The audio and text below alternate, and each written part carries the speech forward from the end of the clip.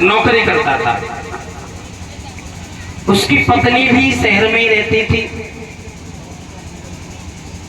माँ घर में अकेली रहती थी। बेटा ने कहा मैया तुम भी हमारे साथ चलो, वहीं रहना। अब शहर में माँ, बेटा और उनकी पत्नी तीन ही लोग थे घर में। बेटा की जो धर्मपत्नी थी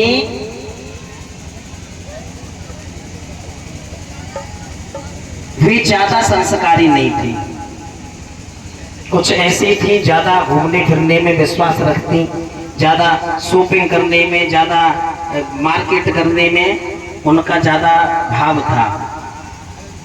देर से घर आना, अगर कोई घर में माँ सास जी कछु पूछ ले तो बोले तुम कौन होती है।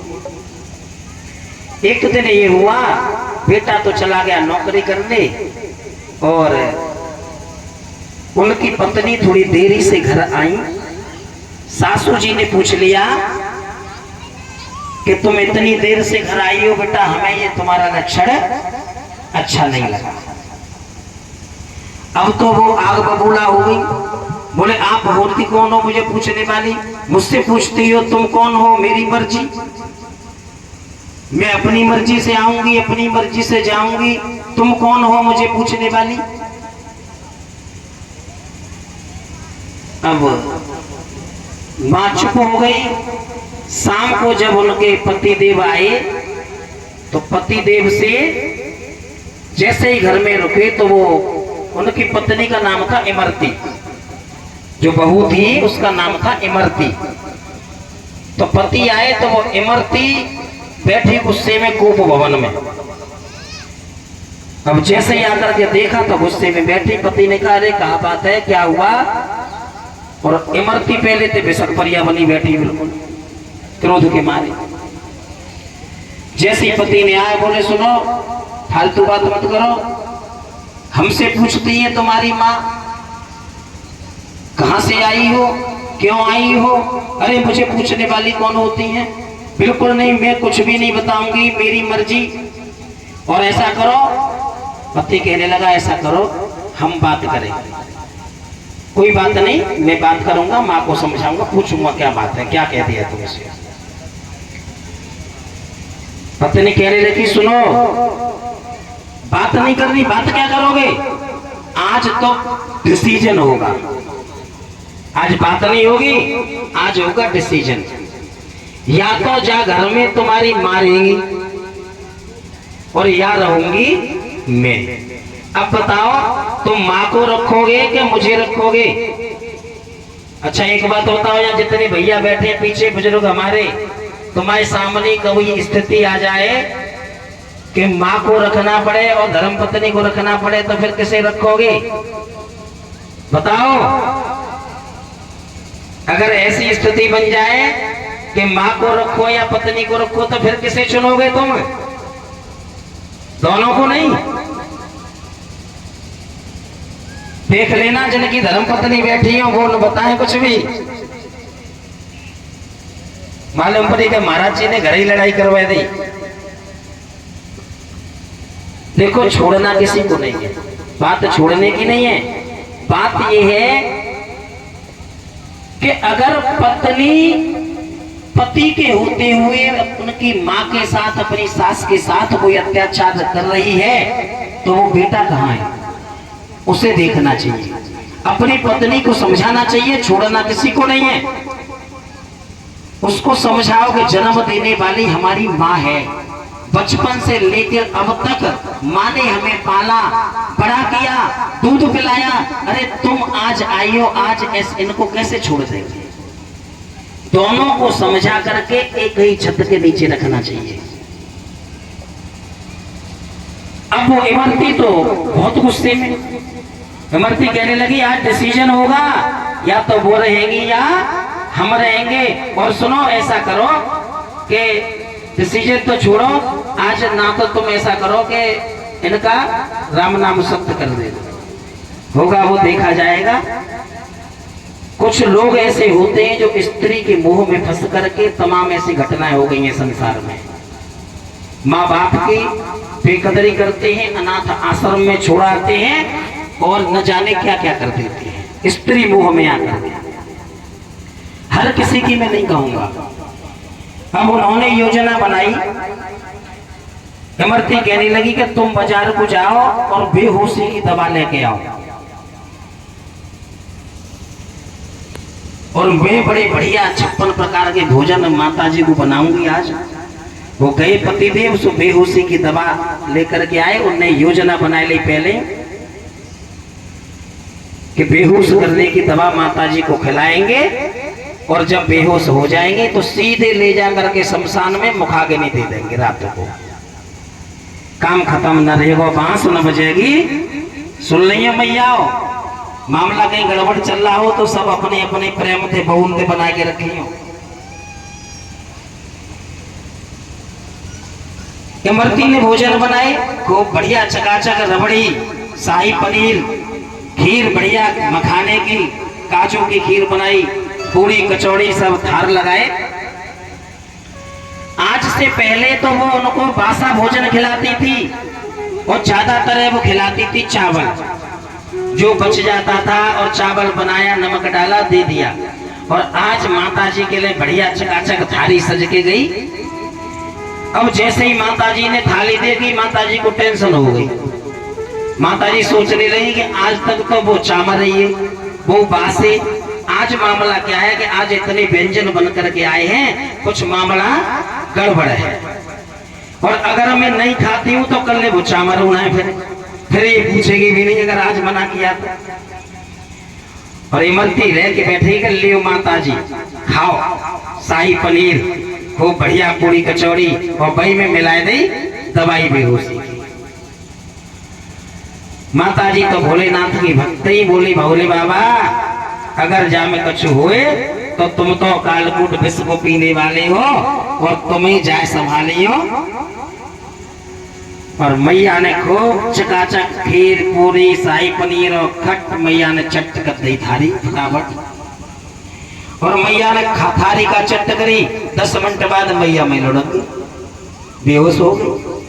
और जब बेहोश हुई तो उन दोनों पत्नियों ने मैया को वो ले गया पति, और उठा करके रात्रि में पहले ही व्यवस्था कराया था वहां चिता की, वो जाकर के चिता पे रख दिया।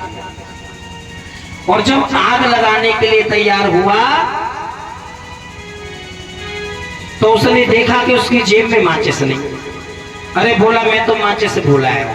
और माचिस लेने के लिए जैसे ही घर आया तो थोड़ा समय हो गया, मैया आएगा होश, दवाई का असर हुआ कम और मैया को होश आ गया।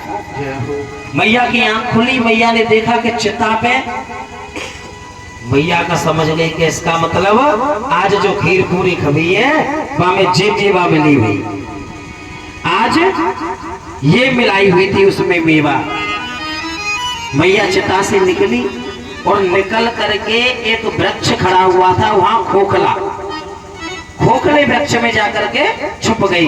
विधवा तो थी, सफेद साड़ी पहनी हुई थी। अब उसका बेटा दौड़ा दौड़ा आया माचिस लेकर के, और उसने ये देखा नहीं कि चिता में मैया है कि नहीं, सीधा जल्दी जल्दी में आया और माचिस लगा करके उसको मुखाग्नि दे दी, अग्नि लगा दी चिता को। और अग्नि लगा करके सीधा जाकर के घर सो गया। अब चिता जलने लगी, वहां से कुछ चोर निकल के जा रहे थे, रात्रि में चोरी करके लाए थे। उन्होंने सोचा कि शमशान में कोई होगा भी नहीं, चिता जल रही है, रोशनी भी यहाँ है, यही बैठ करके अपने धन का बंटवारा कर लें। उन्होंने अपनी एक चादर बिछाई और धन का बंटवारा करने लग गए। अब मैया ने देखा कि अगर मैं अब यहाँ से गई तो ये फिर मुझे मार देंगे, अब कोई ना कोई ऐसा उपाय किया जाए कि जो मुझे मारे नहीं।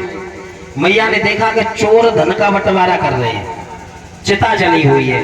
अब सफेद कपड़ा तो मैया पहनी हुई और वह खोलाड़ में बंद पेड़ की में, मैया ने नेक बार और अपने आगे को कर ले ऐसे डरावने से। और मैया वह पेड़ की गुफा में थे, चोर नुमाऊ कर रही, जय हो। मैया 2-3 जैसी देखी चोर ने मैया कर, अब चोरों ने जैसे ही देखा और पेड़ की खोलार में सफेद कपड़े पहन करके और बाल फुकरे हुए हैं और देखा तो चोरों वहां से भागे। बोले अरे भैया भागो, यहाँ तो भूतनी है, अरे भूतनी आ गई भैया भागो। अब वो भागने लगे, सब धन वहीं छोड़ गए। बोले भैया रे जिंदे रहे तो खूब धन कमा लेंगे, खा जाएगी, चुड़ैलिया है पेड़ में तिनक रही है, पेड़ में से प्रकट भैया भैया ये तो हमें खा, भागो। सब धन को छोड़ करके वहां से भाग गए। मैया निकरी पेड़ में थे और मैया ने पूरा धन इकट्ठा करो और खूब पोटरा बांधो और पोटरा बांध के रख के चांद पे और मैया खट खुटम खुटम खुटम खुटम चलती भाई खट घर आएगी 4 बजे, 4 साढ़े 4 बजे सवेरे आएगी और आके कुंदी खटखटाई वाली खोलो रे। अब वो इमरती की आंख खुली, बोलो खोलो रे। इमरती बोली सुन रहे हो? बोले हाँ। कि जितो तुम्हारी अम्मा की सी आवाज है? अरे कि अम्मा में मैं भाई जगह जगह जरा के आए अम्मा कहाँ आ जावे? अरे कि ऐसा तो ना है, भूतरी भूतरी बन के आ गई हो अम्मा, आवाज तो तेरी अम्मा की सी है। बोले देखो अम्मा कहते खोलो, बोले देखो अम्मा के तू ही खोल। अब जैसे ही वो खोलने के लिए गए दोनों जने तो सामने अम्मा चांद पर कबूतरा। बोले अम्मा, बोले हाँ चिकन आई है, तू कैसे आ गई? बोले ठीक है तुम जो ही रहते हो। बोले अम्मा जामे का है कि जामे हतो है भाई, तुम मत जानो, जो हतो है सो ठीक है और तुमने जो करो सो बढ़िया करो, पर तुम जानो मत जामे का है।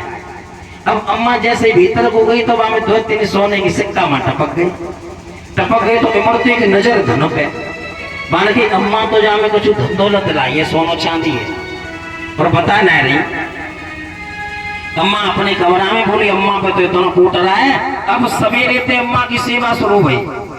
बोले जा धन है तो हमें दे देगी। सुबह जगते ही जैसे ही अम्मा जगी, बोली माता जी ले चाय, सवेरे 5 बजे चाय माता जी को और देसी घी के परांठे बन के आ रहे। बोलो माता जी तुमको क्या बनाऊं? अब जैसे ही भोजन बन के आवे अम्मा चाला कह गई। अम्मा बोली जेऊ में मिला लाइए का कोई खीर मारो। बोले तू खा पहले। अब तो ना तुम आई सु माता जी, अरे तुम माफ कर दो, अरे गलती है गई हम पे। अब तो धन दिख रहा है अम्मा पे, वो पोटरी रखी है भीतर मामे एक तो माले पड़ गई है। बोली माता जी अब तो हमें क्षमा कर दो, हम पे बहुत बड़ी गलती है गई। तुम आई सु जामे का छुना है, बस जामे ना है या तो तू खा पहले। अब अम्मा चाला पहले बाएं खवा में फिर खुद खा में। बड़ी सेवा अम्मा की हो, रोज रोज नए नए व्यंजन जब बन के आवे, जब इमरती कुछ नया लावे तभी अम्मा का जेऊ में मिला लाइएगा। वो हाथ जोड़ के खड़ी है जावे। अब कुछ दिन बीत गई तो एक दिन दोनों पति पत्नी ने अम्मा के पांव पकड़े। बड़े बूढ़े बड़े दयालु होते हैं, अगर बालक लड़े ले भिड़े ले फिर आके पांव पकड़ ले ना तो हाल ममता पिघल जाती है। अम्मा के पांव पकड़ ले, अम्मा हम पे गलती है गई, अब से बता तू बजा कोटरा में कहा है। बोले तुम रहते हो भाई बन जानो, बताए दूंगी। न माने तो बोले लाला जामे भगवान शमशान में प्रकट भये सो उन्होंने मोह धन दे दो, वो धन लेके आई हूं मैं। अब दोनों ने जब वो धन देखो तो वो लालची थी पत्नी, लालची नहीं होना चाहिए। उसने धन देखा तो धन देख करके बोली कि देखो सुनो, तुम्हारी अम्मा पे न तो मरे वो आवे, न तुम्हारी अम्मा पे जीवो आवे और न तुम्हारी अम्मा पे धन लाए वो आवे। जब शमशान में देवता मिलो इन्हें भगवान मिले तो जब पे इतना ही धन चलो, अरे और ले आवती कुछ ज्यादा। फिर कहने लगी कि ऐसा जी बड़ी बूढ़ी है, इन पे चलो नहीं हुए वो, इतना ही चलो तो एक कम ला पाएंगे। अब तुम ऐसा करो कि तुम मोह जराए को प्लान बनाओ। तुम ऐसा करो कि अब तुम योजना बनाओ कि तुम मोह जराए के आइयो माँ, और जब मैं जरूंगी माँ और देवता आवे वो तो मैं अम्मा पे 4 गुना धन लेके आऊंगा। मान के अच्छा कि हाँ। अब इन्होंने प्लान बनाया, जैसे अम्मा को ले गए और वो अम्मा पत्नी को ले गया रात को जलाने के लिए और चिता में जा करके अब के माचिस फांचे से सब धरे के ले वो बोले अब की भूल नहीं होनी चाहिए, पहले तो भूलेगी माचिस की। अब पहले ही माचिस फांचे संग और चाय के चिता में सुवाई इमरती और आंच लगा दी और आग लगाए के बाद में आएगो घर को बेहोश करके तो ले गए। घर आए के सोए गो। अब भयो सवेरो, सवेरे के 6-7 बजे गए, अम्मा को 5 बजे चाय आ जाती। जब कोई नहीं जगो, चाय नहीं आई तो अम्मा कह रही कहाँ गए रे बालको, आज कुछ चाय पानी नहीं बनेगी। अब घर में कोई हो तो बोले बहू तो हती ना। अब वो बड़े सोच में अम्मा से बोलो, अम्मा कि हाँ तू तो जाखन तक आए गई बात ना, कि जाखन तक आएगी वो काम मतलब है। अरे कि अम्मा तो कहा बताऊं, जे गई है माँ शमशान में देवता कहते धनु लेवे, और अभी तक न आई। मानी तू जराया हो? मैं कि हाँ मैं तो जमी जराया हो 1-2 बजे। कि तो बेटा अब वो ना आया, जब ना आई तो अब वो आयु नहीं रही। अरे नालायक हो, तुम धन के लालची हो, कम से कम तुम ये तो कर लेते। अरे मैं तो ये मान लो भगवान शंकर की भक्त थी, मैंने भगवान की सेवा की जीवन भर। तेरी पत्नी ने तो कभी भी एक भी कोई अच्छा काम नहीं किया, और वो तो जो मान ले तू जराया है, अब वो जीवन बनना लौटेगी।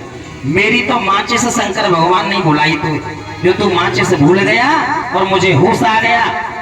तेरी पत्नी ने जीवन में कोई पुण्य नहीं किया है, तेरी पत्नी तो गई बेटा, अब तुम भूल जाओ।